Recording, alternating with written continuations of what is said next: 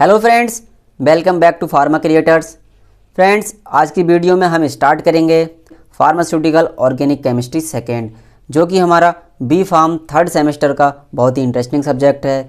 तो आज हम इसकी फर्स्ट यूनिट स्टार्ट करने जा रहे हैं, जिसमें हम पढ़ेंगे बेंजीन एंड इट्स डेरिवेटिव। जो हमारी बेंजीन है और उससे ड्राइव होने वाले कंपाउंड हैं, उनके बारे में स्टडी करेंगे। जैसा कि फ्रेंड्स आप जानते हैं, जो बेंजीन है वो हमारे एक एरोमेटिक कंपाउंड है। तो फ्रेंड्स, बेंजीन को अच्छे से समझने के लिए हमें यह समझना होगा कि आखिर हमारे एरोमेटिक कंपाउंड्स क्या होते हैं। तो चलिए एरोमेटिक कंपाउंड्स की डेफिनेशन देख लेते हैं। जैसा कि फ्रेंड्स आप इसकी डेफिनेशन देख सकते हैं, जो हमारे एरोमेटिक कंपाउंड्स होते हैं, term aromatic compound stand for the whole series of compound which contain one or more benzene ring in their structure. जो हमारे एरोमेटिक कंपाउंड होते हैं वो ऐसे कंपाउंड्स की लिस्ट या सीरीज होती है जो कि कंटेन करते हैं one or more benzene ring in their structure. Means वो अपने स्ट्रक्चर में एक या एक से ज़्यादा बेंजीन रिंग को कंटेन करते हैं।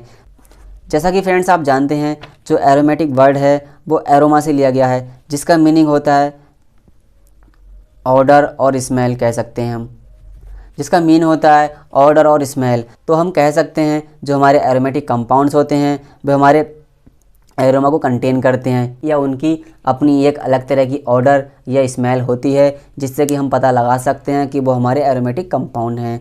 तो हम कह सकते हैं दे कंटेन फ्रेगरेंस, ऑडर और स्मेल। कंपाउंड होते हैं वो फ्रेगरेंस, ऑडर और स्मेल को कंटेन करते हैं। चलिए फ्रेंड्स, नेक्स्ट देखते हैं। Aromatic compounds are also called arenes and their derivatives. जो हमारे एरोमेटिक कंपाउंड्स होते हैं उनको हम एरीन्स और उसके डेरिवेटिव्स भी कहते हैं। चलिए फ्रेंड्स, अब बात करते हैं एरोमेटिसिटी की। जैसा कि फ्रेंड्स हम जानते हैं, जो हमारे एरोमेटिक कंपाउंड होते हैं उनकी कुछ प्रॉपर्टी होती हैं। तो जो एरोमेटिक कंपाउंड की जो प्रॉपर्टी होती हैं उसको हम बोलते हैं एरोमेटिसिटी। उस कंपाउंड की कितनी एरोमेटिसिटी है या उसका जो एरोमेटिक कैरेक्टर है कितना है, एरोमेटिसिटी को ही हम एरोमेटिक कैरेक्टर भी बोलते हैं। तो हम इसे भी देख लेते हैं। The aromatic compound must contain alternate double and single bond in cyclic structure. जो हमारे एरोमेटिक कंपाउंड्स होते हैं वो कंटेन करते हैं alternate double and single bond in their cyclic structure. जो एरोमेटिक कंपाउंड्स होते हैं उनकी साइक्लिक स्ट्रक्चर में alternate double bond single bond present होते हैं। And resembles benzene in chemical behaviour. Friends, resembles का मीन्स होता है मिलता जुलता। मीन्स जो हमारे एरोमेटिक कंपाउंड्स होते हैं वो बेंजीन्स की तरह केमिकली बिहेव करते हैं। चलिए फ्रेंड्स, अब बात करते हैं क्राइटेरिया ऑफ एरोमेटिसिटी। मीन्स कौन कौन से क्राइटेरिया हैं जिनके बेस पे किसी कंपाउंड को हम एरोमेटिक कहेंगे, या कौन कौन सी कंडीशंस हैं जो ये डिफाइन करते हैं कि कौन सा केमिकल कंपाउंड हमारा एरोमेटिक नेचर का है या नहीं है। तो इसको चेक करने के लिए हमारे पास कुछ रूल हैं। चलिए इन्हें देख लेते हैं। तो रूल फर्स्ट है हमारा, an aromatic compound must be cyclic and planar. जो हमारा एरोमेटिक कंपाउंड है वो हमारे साइक्लिक और प्लेनर होना चाहिए। मीन्स साइक्लिक मीन्स जो उनका फर्स्ट एटम है वो लास्ट एटम से अटैच होना चाहिए। मीन्स ये हमारा कोई कंपाउंड है, उसका ये फर्स्ट एटम है और ये फोर्थ एटम है, ये 2 ये 3। तो मीन्स हम कह सकते हैं जो हमारा कंपाउंड का फर्स्ट एटम लास्ट एटम से अटैच होना चाहिए। मीन्स साइक्लिक इन नेचर होना चाहिए। चलिए फ्रेंड्स, अब देखते हैं सेकेंड रूल। तो रूल सेकेंड है compound should be in conjugation means resonance. जो हमारे कंपाउंड है वो उनमें कंजुगेशन होना चाहिए। मीन्स उसमें जो इलेक्ट्रॉन प्रेजेंट हैं उनमें डीलोकलाइजेशन होना चाहिए। जैसा कि हम बेंजीन में देखते हैं, जो हमारी बेंजीन की स्ट्रक्चर है तो इसमें हम देख रहे हैं अल्टरनेट डबल बॉन्ड प्रेजेंट होते हैं हमारे बेंजीन के अंदर। तो इसमें जो हमारे इलेक्ट्रॉन्स हैं उनका क्या डीलोकलाइजेशन होता है। ये वाला बॉन्ड टूटता है यहाँ, ये वाला बॉन्ड टूट कर यहाँ आता है, ये वाला बॉन्ड टूटता है यहाँ आ जाता है, यहाँ जुड़ जाता है, एंड ये वाला बॉन्ड टूट कर यहाँ। तो इसमें कंटिन्यूसली क्या चलता रहता है, रेजोनेंस चलता रहता है। मीन्स डीलोकलाइजेशन ऑफ इलेक्ट्रॉन्स होता रहता है। जो इसकी नेक्स्ट स्ट्रक्चर बनती है वो बेंजीन की, तो ये बन के आती है। एंड देन फिर ये मतलब ये प्रोसेस कंटिन्यूस चलती रहती है। फिर से ये बॉन्ड टूटता है, यहाँ आ जाता है, ये बॉन्ड टूटता है, यहाँ आ जाता है। मीन्स इसमें जो इलेक्ट्रॉन्स का डीलोकलाइजेशन है वो होता रहता है। जो हमारा नेक्स्ट जो रेजोनेंस हाइब्रिड बनता है वो इस तरह से बनता रहता है, और हम लास्ट में इस तरह से शो करते हैं। ये हमें बताता है कि हमारा जो कंपाउंड है या कोई भी केमिकल कंपाउंड है उसके अंदर कंटिन्यूस रेजोनेंस चल रहा है। मीन्स डीलोकलाइजेशन ऑफ इलेक्ट्रॉन्स हो रहा है। तो हम इस तरह से कह सकते हैं कि हमारा कोई भी कंपाउंड जिसमें डीलोकलाइजेशन या रेजोनेंस हो वो हमारे एरोमेटिक कंपाउंड्स की लिस्ट में आता है। चलिए फ्रेंड्स, अब बात करते हैं रूल थर्ड की। ये मोस्ट इम्पोर्टेंट रूल है, ये हमारे एक्सटर्नल एग्ज़ाम में अलग से भी 2 मार्क्स में पूछ लिया जाता है। तो फ्रेंड्स इसे बिल्कुल भी मिस नहीं करना है, तो इसे समझ लेते हैं। तो हमारा जो रूल थर्ड है उसको हम हकल्स रूल भी कहते हैं। जो हकल्स एक साइंटिस्ट थे जिन्होंने एक फार्मूला दिया था 4n+2 पाई इलेक्ट्रॉन। मीन्स ऐसे कंपाउंड जो इस फार्मूले में फिट बैठेंगे या इस फार्मूले को फॉलो करेंगे वो हमारे एरोमेटिक कंपाउंड होंगे।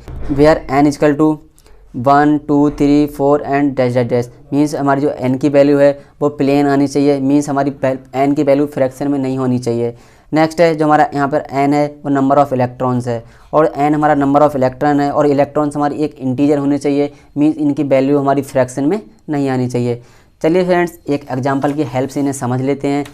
तो जैसे कि फ्रेंड्स आप जानते हैं बेंजीन हमारा एरोमेटिक कंपाउंड है, तो हम इसे देख लेते हैं। जैसे हमारा ये बेंजीन हो गया, ठीक है, इसमें अल्टरनेट डबल बॉन्ड प्रेजेंट हैं। तो इसमें हम देख रहे हैं कितने पाई बॉन्ड हमारे, तो पाई बॉन्ड देखो 1 2 3 पाई बॉन्ड हमारे 3 पाई बॉन्ड है। तो मतलब एक pi bond equal to 2 electron होते हैं हमारे, 1 pi bond equal to 2 electron होते हैं। तो हम इसे फॉर्मूले में फिट करके देखते हैं। देखो 4n+2 equal to pi electron. अब देखो 4n+2 equal to pi electron कितने हो गए हमारे पास, देखो एक पाई बॉन्ड में 2 इलेक्ट्रॉन हैं, तो हमारे पास कितने 3 पाई बॉन्ड है, 3 से इसकी मल्टीप्लाई करेंगे कितना हो गया 6 इलेक्ट्रॉन। तो हमारे पाई इलेक्ट्रॉन कितने हो गए 6, ठीक है। तो 4n+2 बराबर 6। अब ये वाला 2 इधर पहुंच जाएगा, तो 4n = 6 - 2, तो 4n = 4 आ गया, 4n = 4 आ गया। देन n = 4/4, जो इसको कट कर देंगे तो n की वैल्यू हमारी निकल के आई 1। तो हम इससे कह सकते हैं जो हमारी n की वैल्यू है वो फ्रैक्शन में नहीं है, वो कंप्लीट वैल्यू है या हमारी एक इंटीजर है। तो हम कह सकते हैं कि जो हमारा बेंजीन है वो एक एरोमेटिक कंपाउंड है। मींस उसमें रेजोनेंस भी हो रहा है, इसमें रेजोनेंस भी हो रहा है। जो हमारे बॉन्ड्स थे वो भी टूट रहे हैं, ब्रेक डाउन हो रहे हैं। मींस उसमें डीलोकलाइजेशन ऑफ इलेक्ट्रॉन्स हो रहा है, और हमारा डीलोकलाइजेशन ऑफ इलेक्ट्रॉन्स हो रहा है, और हमारा हकल्स रूल को भी फॉलो कर रहा है, एंड हमारा साइक्लिक नेचर है। तो हम कह सकते हैं जो हमारी बेंजीन है वो क्या है, एक एरोमेटिक कंपाउंड है। चलिए फ्रेंड्स अब एक नेक्स्ट एग्जांपल की हेल्प से समझ लेते हैं इसे। मान लो फ्रेंड्स हमारे पास एक नेक्स्ट साइक्लिक कंपाउंड है, मींस ये साइक्लिक नेचर में है, ठीक है। अल्टरनेट डबल बॉन्ड भी प्रेजेंट है, इसे हम बोलते हैं